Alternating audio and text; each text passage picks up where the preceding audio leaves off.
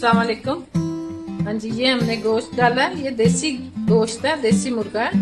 उसको हम पहले पकाएंगे, आज भुना हुआ पकाना है। तो उसमें हम सबसे पहले गोश्त डाला, फिर पानी डाला है, और अब ये प्याज जाएगा इसमें, ये लहसुन जाएगा, ये हल्दी और नमक ये जाएगा। अब इसको प्रेशर देंगे 20-25 मिनट तकरीबन।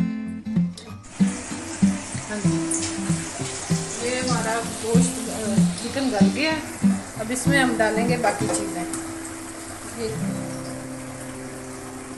ये चीज़ें।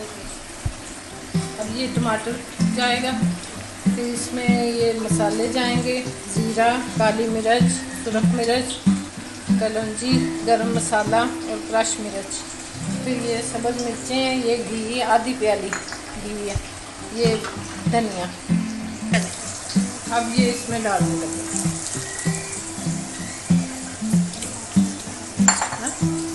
अदरक, अब टमाटर और अदरक है ये जो डाल दिया। अब दूसरा बाकी मसाले डालें। अब ये सारे मसाले इसमें डालें।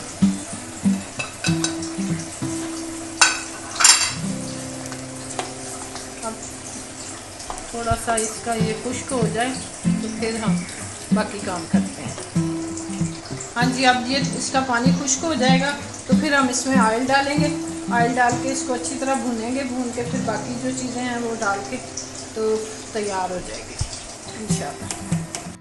हाँ जी, अब ये इसकी देखें, ये इसकी सूरत हाल बन गई है। अब इसके अंदर ना हमने ये ऑयल डाल देना, आधा कप ऑयल है, आधा कप। अब इसे हम अच्छी तरह भूनेंगे, फिर आपको फाइनल लुक दिखाते हैं इसकी।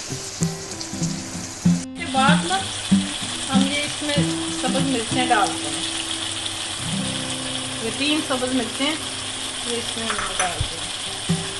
अब और भुनेंगे इसे, फिर जब सही हो जाएगा फिर आपको मिलते हैं दोबारा आपसे।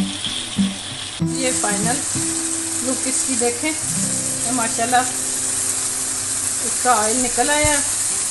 अब ये सही तरह भून गया, निकाल के दिखाते हैं। हाँ जी, ये इसकी फाइनल लुक है। और अब आप इसके साथ रोटी के साथ खाएं, नान के साथ खाएं, जिससे दिल करता है, जो अवेलेबल है चीज़ उससे खाएं और बहुत मज़े उड़ाएं।